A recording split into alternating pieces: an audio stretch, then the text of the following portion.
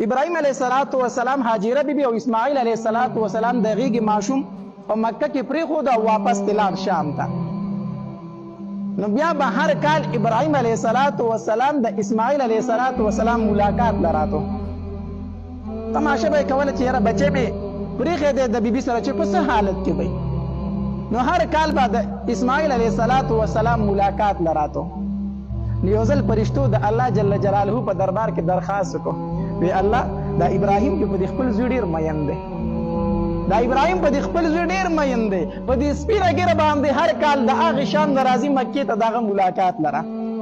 الله تبارک وتعالی فرشتو ته وفرمایل وی ای فرشتو دا ابراهیم چې څومره په دې خپل زوی باندې مین دی که نه د دې نه زیات په ما باندې مین دی. ابراهیم علیه السلام چې څومره په دې خپل بچی اسماعیل علیه السلام مین دی د دې نه زیات دی په ما باندې مین دی. او تاسو ورته ګورئ چې یو کال ابراهیم علیه السلام راغی د اسماعیل علیه السلام ملاقات له. نو اتمه ذوالحجې په شپه باندې خوب ولیدو، د اتمې ذوالحجې په شپه باندې خوب ولیدو. د شپې ورته الله تبارک وتعالی په خوب کې وایي ابراهیم پاسه زوی دې حلال کا. ابراهیم علیه السلام مطلب دا چې الله تبارک وتعالی زما نه قرباني غواړي، نو چې سهار پاسې د اوښانې حلال کړه د الله په نوم باندې. نو چې شپې له اوده شو نو په نهمه ذوالحجې بیا خوب ولیدو چې په خوب کې ورته ویل کېږي ابراهیم دا اسماعیل حلال کا قرباني وکړه. ابراهیم علیه السلام بیا چې سهار پاسې د اوښانې حلال کړه کېدای شي الله زما نه نوره قرباني غواړي. نو د لوی اختر په شپه باندې بیا خوب ولیدو. په خوب کې ورته ویلی شي ابراهیم زه درته وایم چې اسماعیل حلال کا ته اوښان حلالوې، زه درنه د اسماعیل قرباني غواړم زوی دې حلال کا. چې سهار شو د لوی اختر دا ورځ 10مه ذوالحجه وه چې سهار شو ابراهیم علیه السلام پوه شو چې الله تبارک وتعالی زما د بچي قرباني غواړي. نو سهار خپلې بیبي ته وی هاجري بیبي ته وی هاجري دا اسماعیل سنبال کا مونږ د چاخواله په میلمستیا باندې ځو. اسماعیل سنبال کا مونږ د چاخواله په میلمستیا باندې روان یو. ځکه ابراهیم علیه السلام ته خبره ځکه ښکاره نه کړه چې دا زنانه ده او بچی دی نو مور چېرته برداشت کوي زوی حلالولو له ورکړي. نو خبره ورته ښکاره نه کړه، نو موږ د چاخواله په میلمستیا باندې ځو د اسماعیل سنبال کا. نو هاجري بیبي اسماعیل علیه السلام سنبال کو لکه څنګه چې دا ماشومان د پلار سره چېرته ځي نو مور ورله مخ خلاصو کې نوي کپړې ورته ور واچوي سنبالي کې سر ورله منګس کي وایي د پلار سره یې ځي. نو هاجري بیبي اسماعیل علیه السلام سنبال کو تیاری کو. ابراهیم علیه السلام دلته پټ په ترخ کې رسۍ پړې راواغسته او ځان سره یو پټه چاړه راواغستله، چاړه یې راواغسته او اسماعیل علیه السلام د ځان سره روان کو د کور ووتل. اوس د اسمان نه فرشتې تماشه کوي الله دا د ابراهیم په څه قسمه امتحان کې ور واچو. فرشتې حیران دي چې الله تبارک وتعالی په ابراهیم علیه السلام څه قسمه امتحان کول غواړي. دلته شیطان سره فکر پیدا شو که چېرته ابراهیم علیه السلام په دې امتحان کې کامیاب شو نو زما خو به ډېره غټه رسوایي وشي. شیطان خپل کار شروع کو. روایت کې راځي وایي د بوډۍ ښځې په شکل باندې هاجري بیبي له راغی. وی هاجري تا ته پته ده چې ابراهیم اسماعیل چېرته بوستو؟ هاجره بیبي ورته وایي او ما ته پته ده د چاخواله په میلمستیا باندې ځي. بوډۍ ورته وایي شیطان چې د بوډۍ ښځې په شکل کې راغلی وی نه د چاخواله په میلمستیا باندې نه ځي حلالولو له یې بوستو. هاجره بیبي ورته وایي تباه شي برباد شي پلاران چېرته بچي حلالوي دا ته څه وایي؟ نو دا ابلیس ورته وایي چې د بوډۍ ښځې په شکل کې دی. وایي نه که نه الله ورته حکم کړی ځکه یې حلالوي. نو هاجره بیبي ورته څه وایي؟ وایي کو الله ورته حکم کړی د اسماعیل مرۍ پرېږده د هاجرې مرۍ ورته هم حاضره ده. چې الله ورته حکم کړی د اسماعیل قرباني خو پرېږده او هاجره دې هم قرباني کړي دا ورته هم تیاره ده. اوس دغلته کې شیطان ناکامه شو. ابراهیم علیه السلام د مینا په طرف باندې روان دی. اوس دلته کې د وړوکي په شکل کې راغی اسماعیل علیه السلام لره. وایي اسماعیله چېرته ځې؟ د پلار سره مې روان یم چا له میلمستیا له ځو. د میلمستیا له نه ځئ پلار دې حلالوي. اسماعیل علیه السلام ورته وایي بدبخته زامن چا حلال کړي دي چې ما به زما پلار حلال کړي. نو شیطان ورته وایي نه که نه الله ورته حکم کړی ځکه دې حلالوي. د اسماعیل علیه السلام وړوکی دی هغه ورله جواب ورکوي وایي چې د الله ورته حکم دی نو د اسماعیل مرۍ ورته حاضر ده. شیطان دغلته هم ناکامه شو. د ابراهیم علیه السلام له راغی د غټ سړي په شکل باندې او ابراهیم علیه السلام ته وایي ابراهیمه ما خو وایي چې ته هوښیار سړی یې، ته خو ډېر کمعقل سړی وختې په خوبونو باندې چا زامن حلال کړي دي چې تا خوب ولید او اسماعیل خپل بچی د حلالۍ نه روان کړی دی. خدا خبر یاد وساتئ د پیغمبر خوب دا وحی د پیغمبر خوب سي دا وحی نو شیطان ورته وی ته ما وی چې ته خيار سره ته ډېر قمقل سره وختي په خوبونو چا ځامن حلال کړی دي ابراهيم عليه السلام پوه شو چې او دا خو هغه لعین دی چې کوم زمونږ نیکه آدم علیه السلام ته دوکه ورکړې وه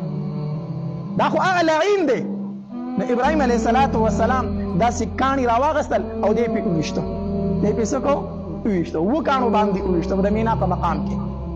چې لږ مخې لاړو بیا دی راغی بیا په ابراهيم عليه السلام ګزارونه وکړو بیا چې لږ مخې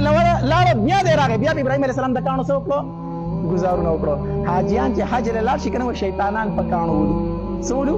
شیطانان په کاڼو 3 شیطانان دي دا هغه 3 ځایونه دي چې کوم ځای کې ابراهيم عليه السلام شیطان په کاڼو ویشتی و الله تبارک وتعالی ته د ابراهيم عليه السلام هغه ادا خوښه شوې ده تر قیامته پورې چې دغه ورځ راشي الله تبارک وتعالی هغه یادګار ځان ته تازه کوي